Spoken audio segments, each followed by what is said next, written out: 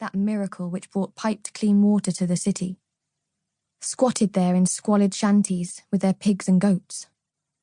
The park was wonderful, and she was so glad that the people of the city had somewhere serenely beautiful to escape to. But to her mind, the new Brooklyn Bridge was more splendid. While nature had created the true magic of the park, the bridge was an entirely man-made miracle. Engineering and artistry working hand in hand to make something which looked fragile and beautiful, yet was strong enough to withstand the elements and the heaviest of traffic. She felt no sorrow that the city bore little resemblance to the one she arrived in over half a century ago. For she was no longer the excited, wide-eyed girl who had fallen in love with its honest, brash and bold exuberance. They had both been changed by circumstance, ambition, greed, and powerful men. Yet that honesty she had loved it for was still in place. She hoped she'd retained hers too. Hearing a peal of girlish laughter, she glanced over her shoulder to the wheelhouse. It pleased her to see the tug owner and his daughter working so happily together. They could of course be laughing at her, but that didn't matter. She had selected this boat purely out of sentimentality on hearing Giuseppe was a widower, and that he worked with his daughter. Her father had been a riverman on the Thames, and they had been very close too. When she'd seen their open, friendly faces, she doubled the amount she had first intended to offer. The money she'd given them would put extra food on their table. Maybe the girl could buy herself a pretty dress. She remembered only too well how young girls ached for something frivolous. There hadn't been so many Italians here when she first landed. The immigrants then were predominantly English, Irish and German. Yet from 1845 and onwards, Italians, Poles, Russians, Jews, and a great many other races had come here in their hundreds and thousands, each nationality adding further spice and character to the crowded city. Yet Giuseppe didn't speak with an Italian accent, so he must have been born here, and perhaps his mother had been Dutch or German to give him those blue eyes and fair hair.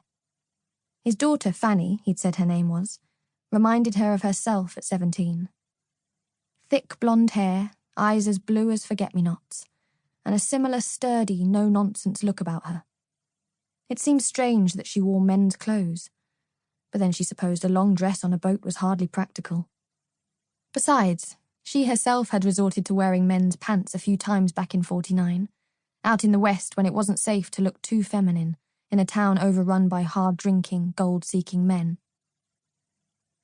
As the tug approached the Staten Island ferry, her heart quickened, for just behind it was State Street, where she'd lived when she first arrived here.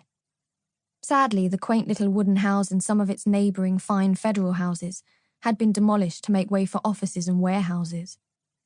Few people lived in this neighbourhood now. They had all moved further uptown. Wall Street was now a street of banks and financial institutions.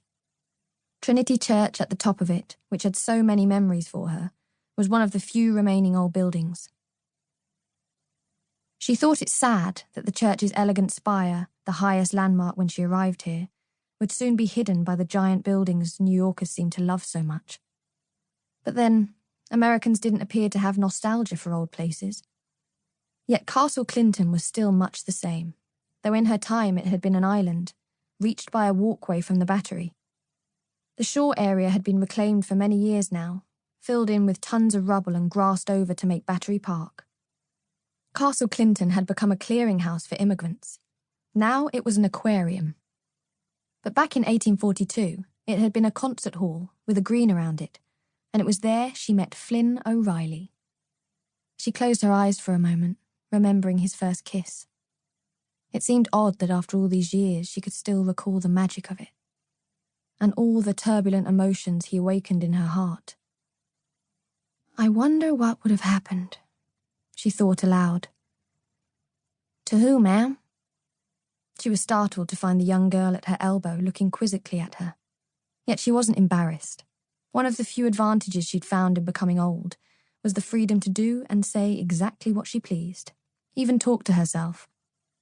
To me, if I'd run off with my first love, she explained with a wide smile. My life might have turned out quite different. Fanny was delighted the old lady seemed to want to talk. Aside from intense curiosity about this odd passenger, her working life was male-dominated, and she often longed for female company. So,